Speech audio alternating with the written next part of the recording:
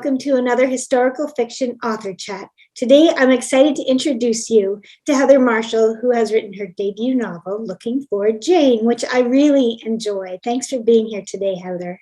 Thank you for having me. I'm going to read you Heather's bio. Heather is from Toronto. I love welcoming Canadian authors, and especially Canadian debut authors. I think that's pretty exciting. So now I will read the bio, and then I will read to you about Looking for Jane, which I really did enjoy. What I wrote about it was Heather Marshall shines a spotlight on the unsettling truths and heartbreaking realities faced by women of every generation of women in this compelling, courageous must read. And I think that's pretty much sums it up. Okay, so here's the bio. Heather Marshall was born and raised near Toronto, Ontario, where she lives with her family and her giant golden retriever. After completing 2 master's degrees in Canadian history and politics, Heather worked for several years in politics and communications before she finally wised up and turned her attention to her true passion, storytelling. Heather loves the research component of her writing process and is always keen to uncover the untold stories of courageous women. Aside from writing, some of Heather's favorite things include lavender, old houses covered in ivy, preferably with a good ghost story, cups of tea, binging episodes of Frasier, roaming dusty bookshops with her husband, and being the first person to dip into a new jar of peanut butter, which I would do with a chocolate bar. And, That's satisfying. That's the best way to do it. And it smells better when it's like opening new coffee. It just has a better smell. So, all right, on to Looking for Jane. 2017, when Angela Creighton discovers a mysterious letter containing a life-shattering confession in a stack of forgotten mail, she is determined to find the intended recipient. Her search takes her back to the 1970s when a group of daring women operated an illegal underground abortion network in Toronto, known only by its whispered code name, Jane. 1971. As a teenager, Dr. Evelyn Taylor was sent to a home for fallen women, where she was forced to give up her baby for adoption, a trauma she has never recovered from. Despite harrowing police raids and the constant threat of arrest, she joins the Jane Network as an abortion provider, determined to give other women the choice she never had. 1980. After discovering a shocking secret about her family history, 20-year-old Nancy Mitchell begins to question everything she has ever known. When she unexpectedly becomes pregnant, she feels she has no one to turn to for help. Grappling with her decision, she locates Jane and finds a place of her own alongside Dr. Taylor within the network's ranks, but she can never escape the lies that haunt her. Weaving together the lives of 3 women, Looking for Jane is an unforgettable debut about the devastating consequences that come from a lack of choice and the enduring power of a mother's love.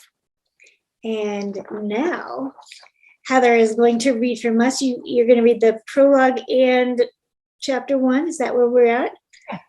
And everyone settle back with your cup of tea and cookies and probably a little peanut butter on the side and enjoy. It's over to you, Heather. Thank you. All right. So, 2010.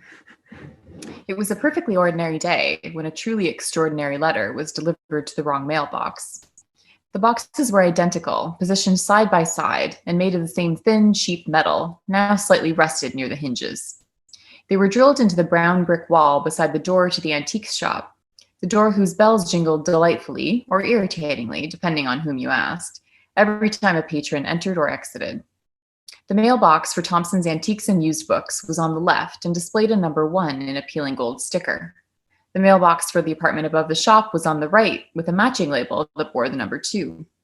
There was hardly any difference, really, and yet it made a great deal of difference to Nancy Mitchell, who lived in the apartment upstairs and didn't know about the letter she hadn't received. The address line didn't specify which unit number the letter was destined for at the old building on College Street, and so the envelope was dropped unceremoniously into the box for the antiques shop, while the mail carrier continued on his hurried route without a second thought.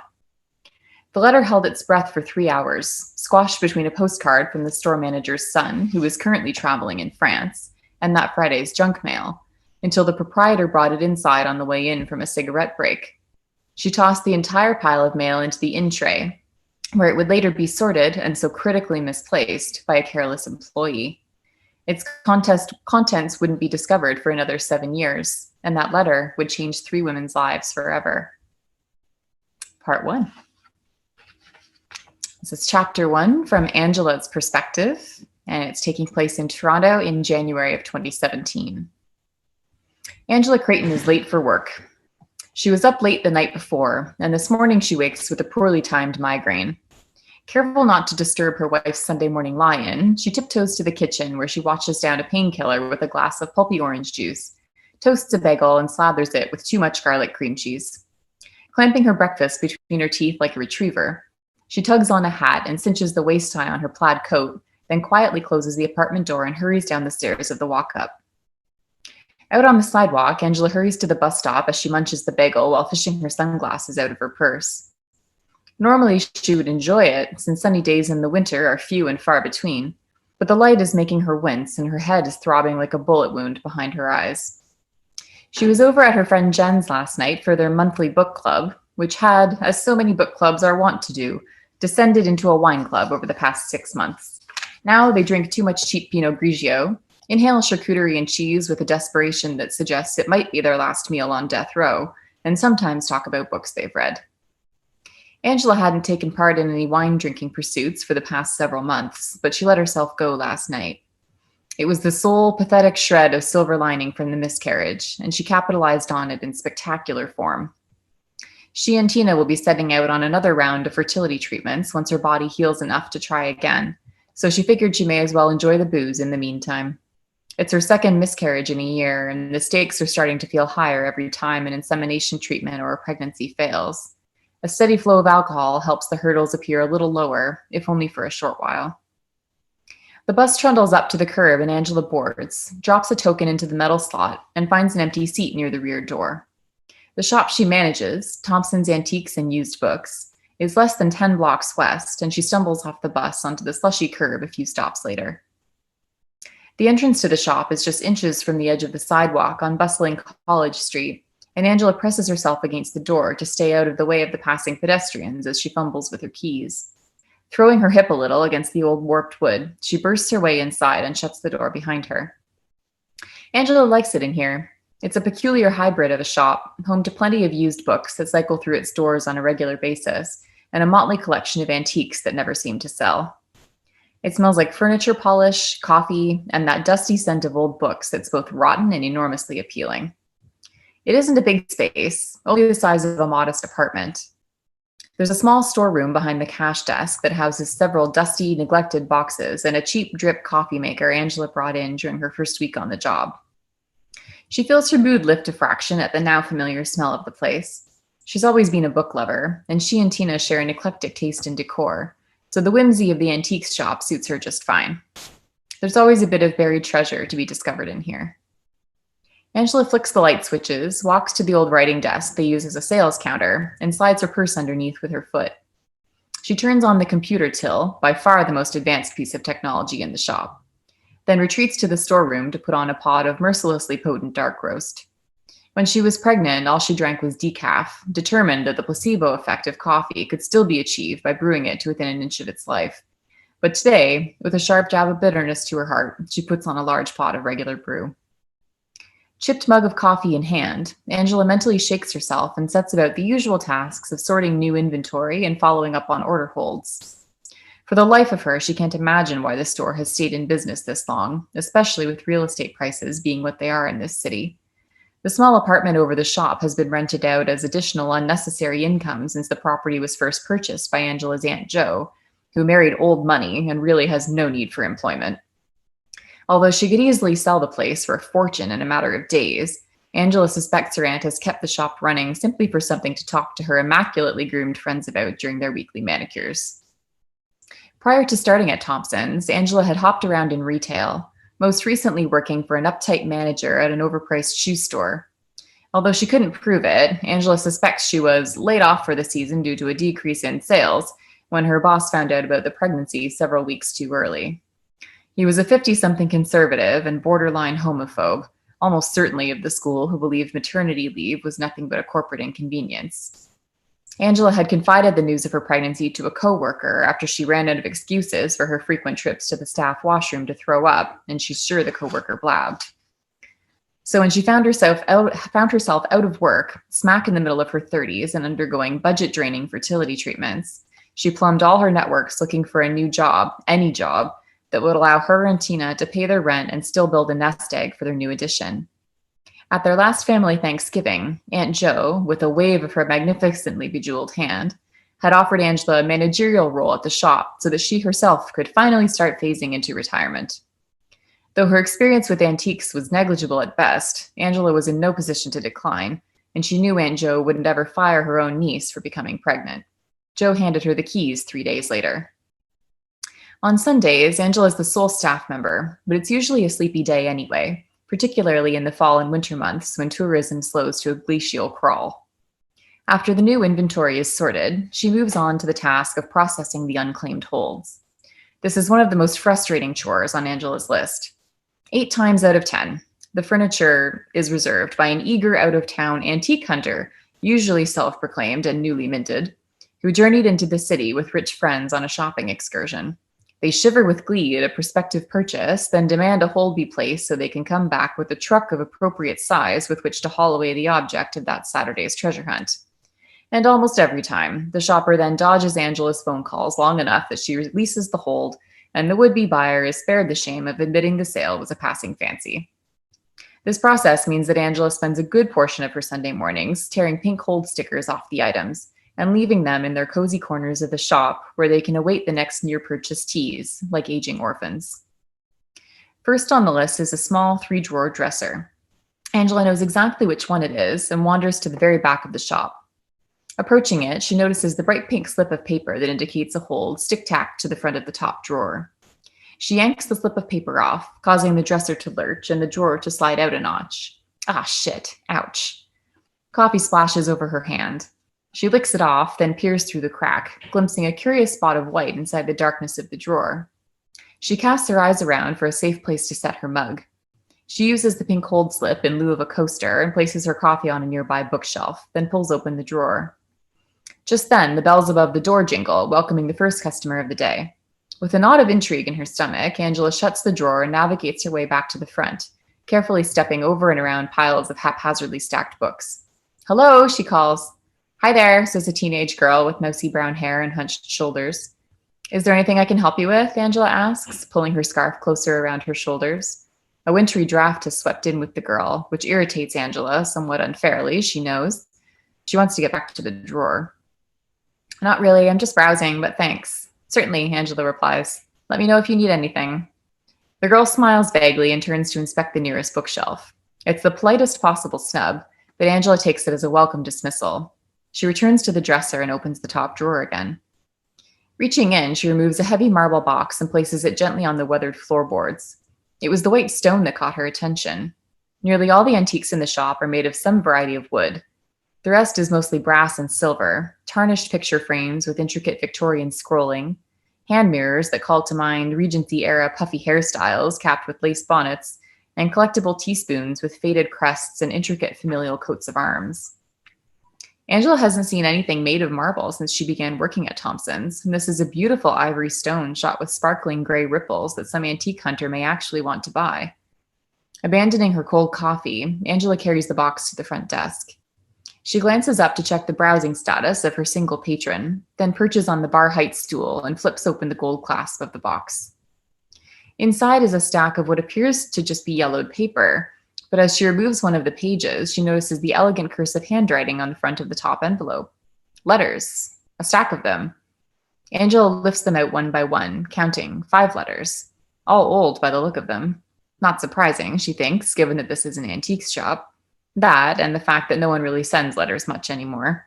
That aging, once bustling pursuit is now undertaken solely by stubborn, over-perfumed elderly ladies. She holds one of the letters up to the light flooding in from the storefront windows. Unlike its fellows, which are naked of their former envelopes and appear to be mostly bank statements, this one is still sealed, the edge along the flap slightly bubbled, as though the glue had been wet with too much moisture. The stamp looks modern. The slanting cursive writing in the top left-hand corner of the envelope lists the return addressee as one Mrs. Frances Mitchell.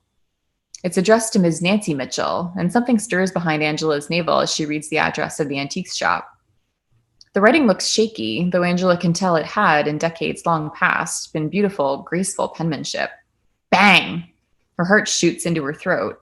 She looks over to see the mousy-haired girl muttering an apology as she bends to scoop up a large book. Angela manages a small smile, her pulse still pounding, but the girl waves goodbye with a mumbled thank you, and the bells over the door jingle as she exits the shop, ushering in another gust of cold air. Relieved to be alone again, Angela runs her fingers over the edge of the envelope seal, weighing her intrigue. The date stamped in red ink across the top of the envelope says the letter was posted in 2010, and yet it remained unopened. Who had it been intended for? Did the letter simply go astray from its intended destination? But no, the shop's address is indeed scrawled across the front, along with the mysterious name of Nancy Mitchell. It was destined for this address. Angela knows it's technically a crime to open another person's mail, but her curiosity has bested her moral code. She plucks the brass letter opener from the heavily ink-speckled mason jar they use as a pen cup, slides the tip underneath the corner of the envelope flap, and, with a satisfying tear, slits it open. She pulls the letter out and unfolds it with the tips of her fingernails, as though avoiding the traces of incriminating fingerprints. The paper is heavy and lightly textured, expensive, purchased by someone who wrote a lot of letters and took the time to make sure they carried weight. Intrigued, Angela begins to read, eyes darting back and forth across the page underneath her dark bangs.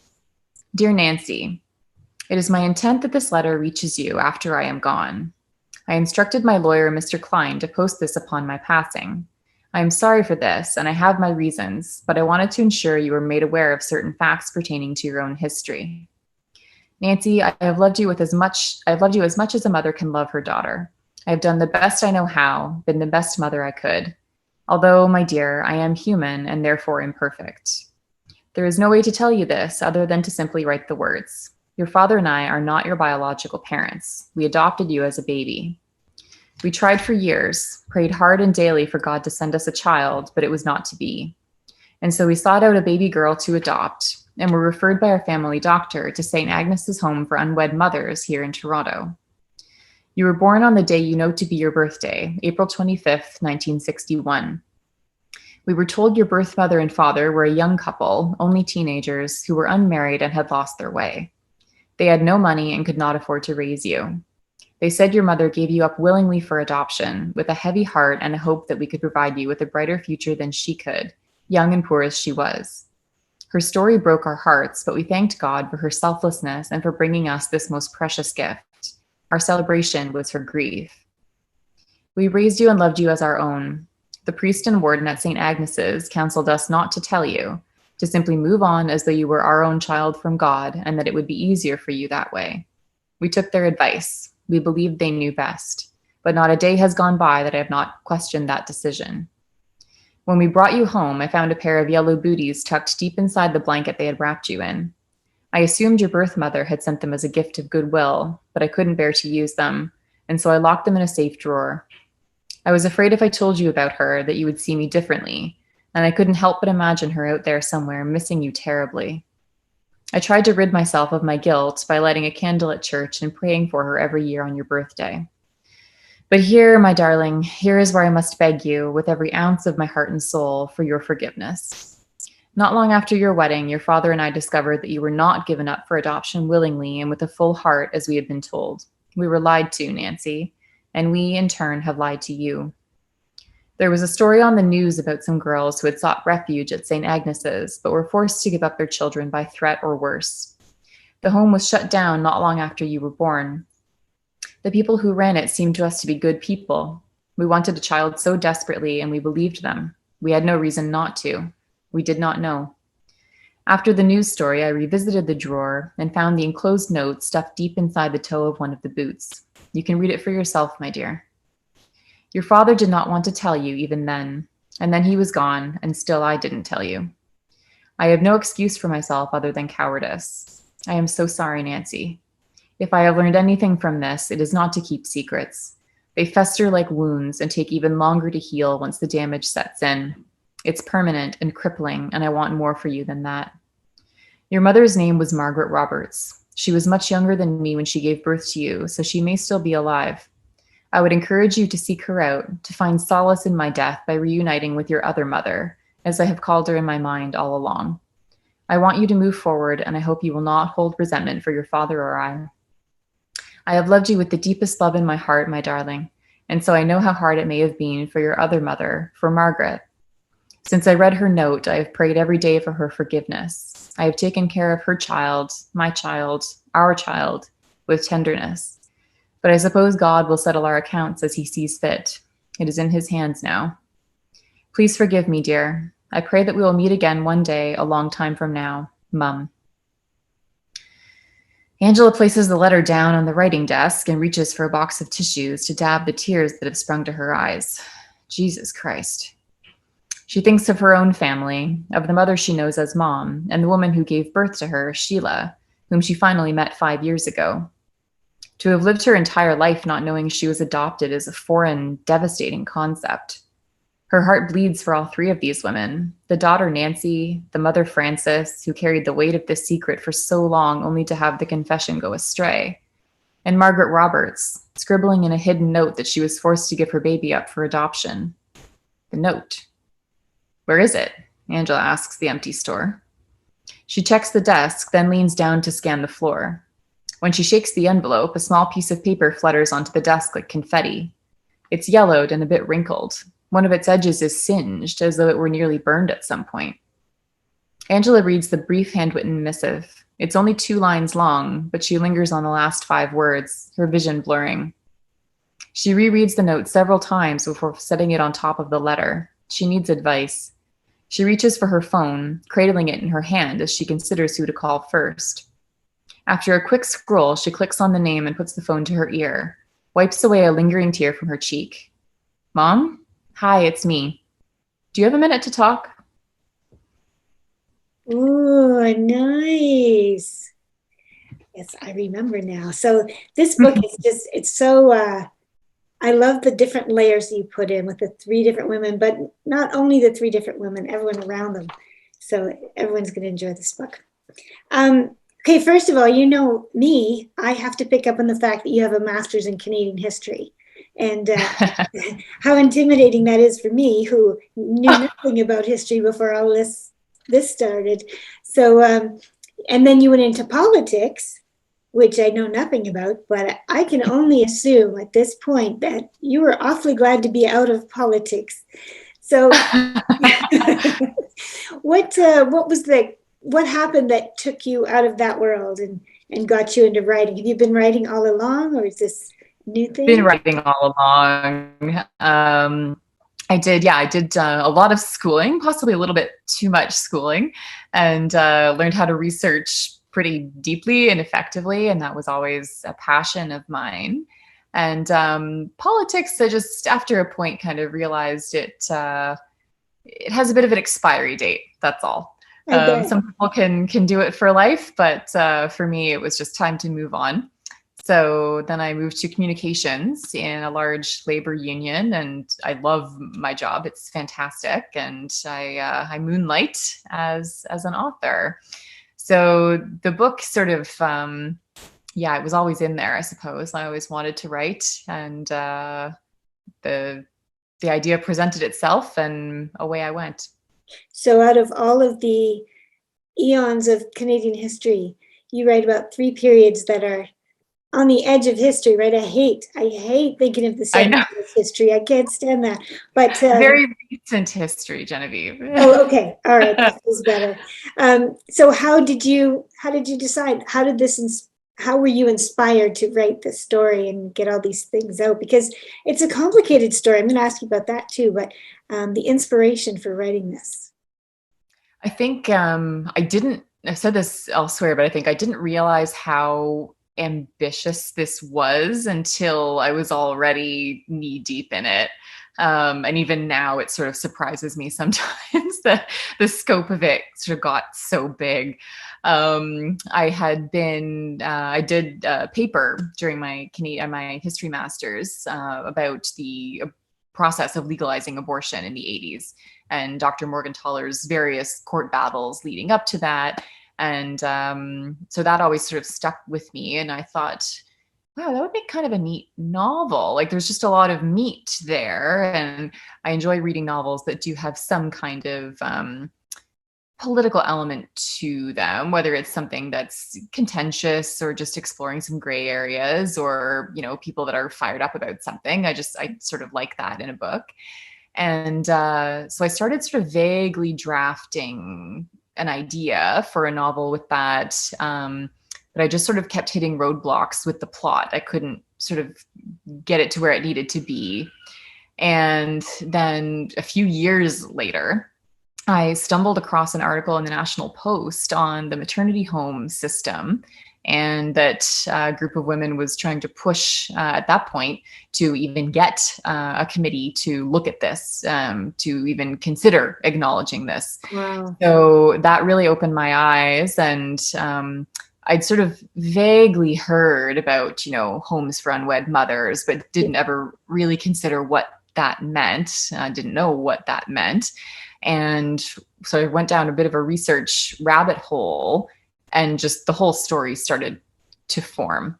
And I thought, how have I not read about this before? Why did I not learn this in history class? Which is often what happens with stories about women. And so I was also sort of thinking, this would really make a great novel. And I had these two ideas, and I was in the bath one night thinking about the books.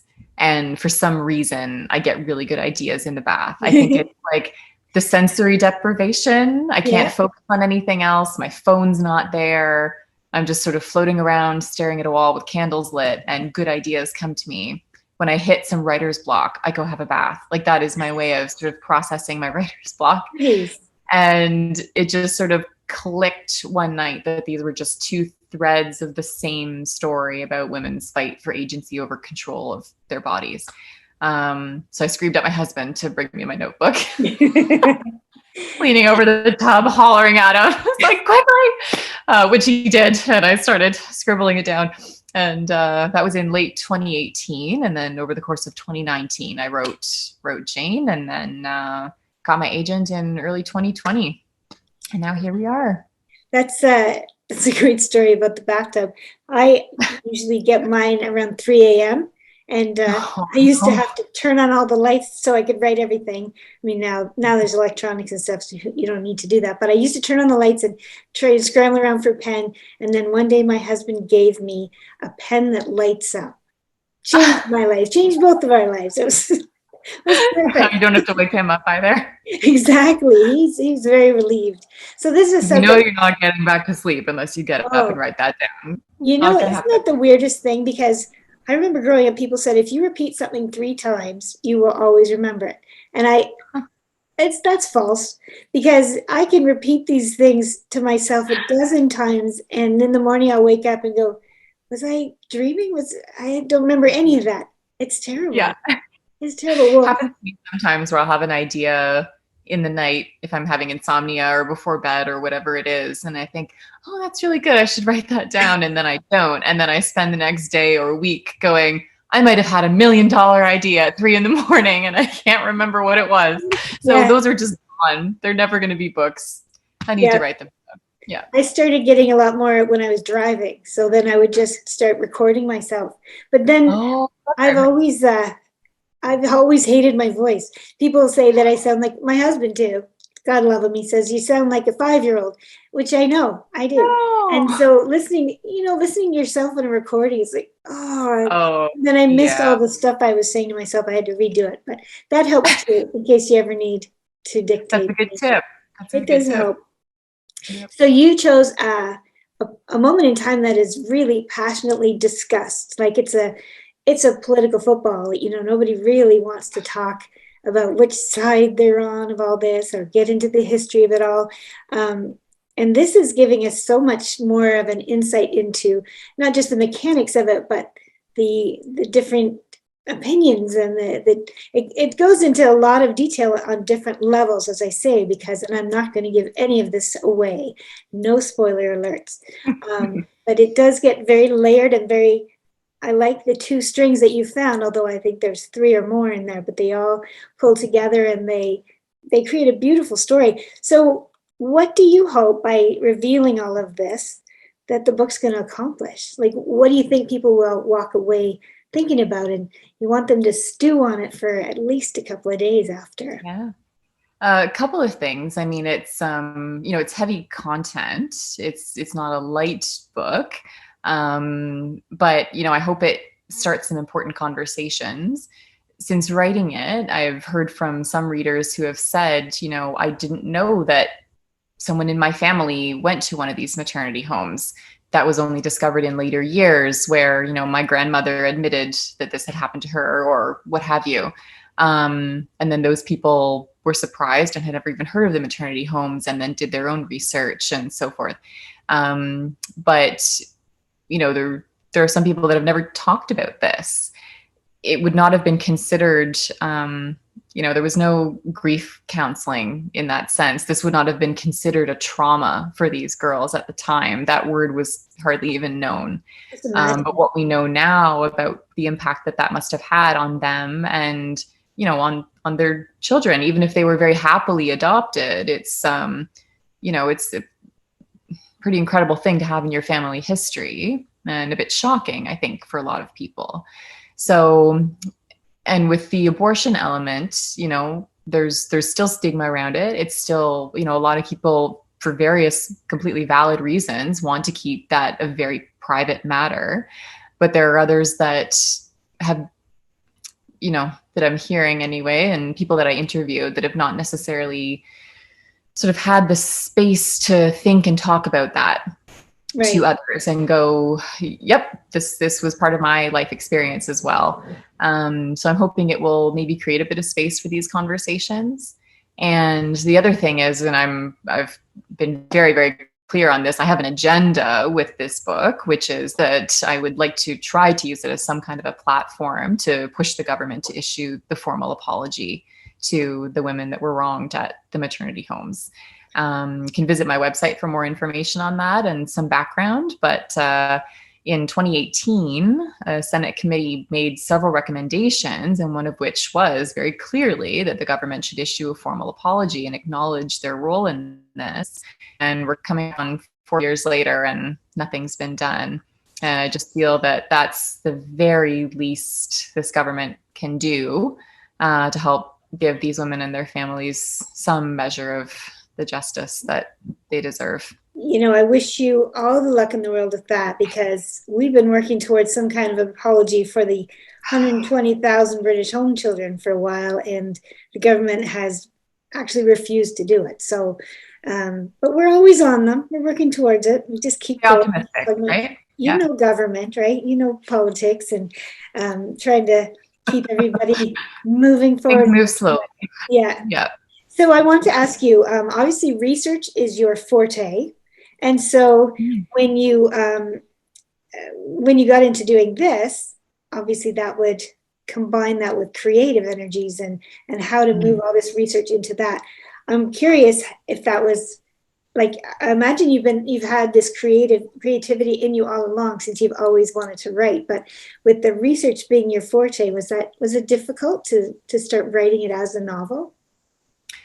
A little bit. Parts of it that were difficult were, it was just so emotional, and you can read something on the page. There were a couple of authors that I read, researchers that had interviewed women who attended the maternity homes, who were very, very open about their horrific experiences and the impact that it had on them in later years.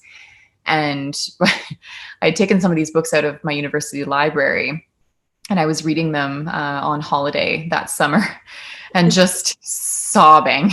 And my husband was sort of going, "You sure you want to spend your holiday reading this?" And I went, "No, but it's for the book."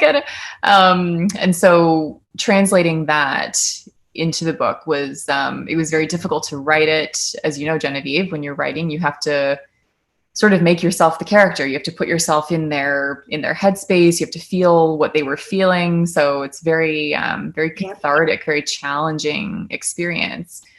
But as emotional as those words were, reading these, nonfiction accounts, translating that into fiction did sort of require this whole other layer of emotionality because I needed my reader to feel that. Yes. That's the whole point. And I said in my author's note that I made very deliberate decision to not over dramatize or understate what these women went through. I tried to make it very, very accurate.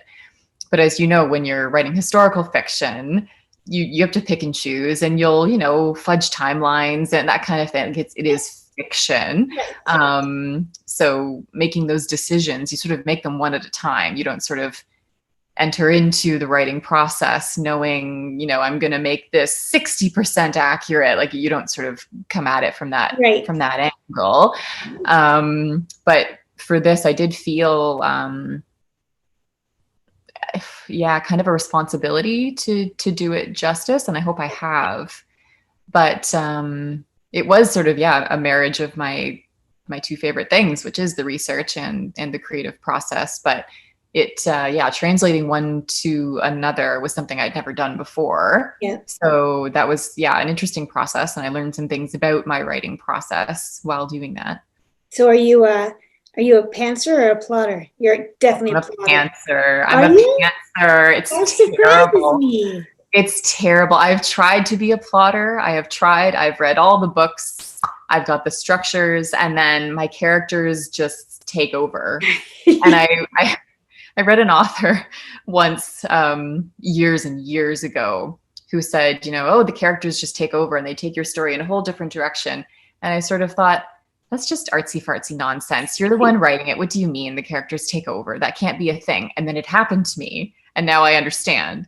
So I'll have the best of intentions. I sort of think I have an idea of what I'm going to do in the story, and then a better idea comes up. And so I change direction. I generally, though, I have an unpublished manuscript that was sort of I'll call it like a practice novel that I wrote years ago, that probably will never see the light of day. It's the one that will stay in the drawer. But with both that one and with Jane, I knew the last scene, the last line, the last chapter from the very beginning. And I knew the title, Looking for Jane. This whole scene just dropped into my head as you see it on the page. And that's been the same since the very first draft. But I think I basically just know my ending, and I have a general idea of how I'm getting there. And then I kind of work backwards from it.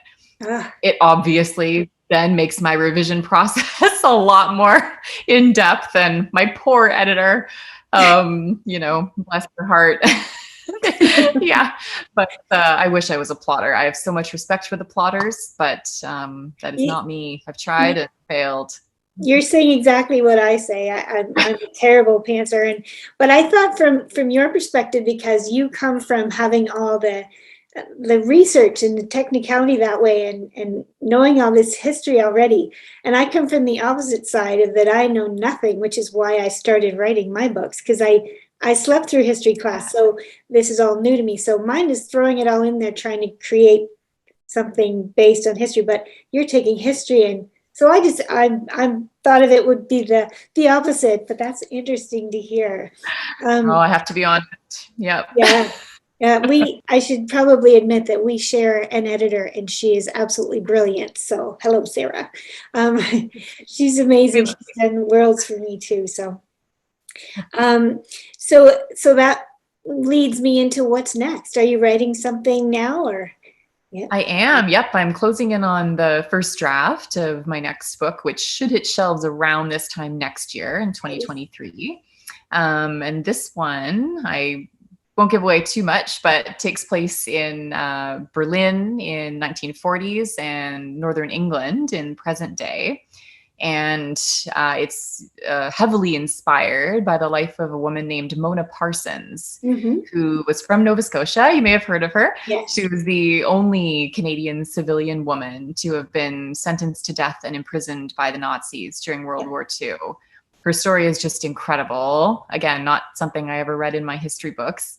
And when I learned about her, I thought, okay, this is going to inform this character. So it's heavily inspired by her life. So I'd like to, again, shine a bit of a light on an untold story, the way you do, Genevieve. Like there's so many. I've seen her around, and if I wrote, biography type fiction, I was thinking, oh, that would be yummy. But I'm glad you're writing it anyway, because I'm too afraid to write about specific people. And are you going to use Mona exactly, or are you going to sort of? No, as I say, sort of, yeah, there's, I've taken some licenses, but I'll explain in the author's note, you know, what was drawn exactly from her life and where I've created my own character. But yeah, you should look that up. Look at Mona Parsons. You'll see she's fantastic. Well, I'm get a little hint of what's to come. Yeah. I'm excited. Good that you won't be writing about the 1980s as history when you do that. Well, I think everyone is going to enjoy this book. Like, it's an enjoyable book despite the the tough topic, and I applaud you for going head on right into it, because you did touch on a lot of different levels. So congratulations on your beautiful debut. And I think everyone listening should go out and grab it, because as of today, March 1, it is on shelves, and you're going to be standing outside the stores, peering in the window and going into hold. That's the best feeling in the world, is going into to hold your first book in the store. So congratulations. Yeah. And thank you very much for being here today. It's been really nice to get to know you and to talk about Looking for Jane. So thank you very much. Thank you so much, Genevieve. Bye-bye. Thank you, everyone.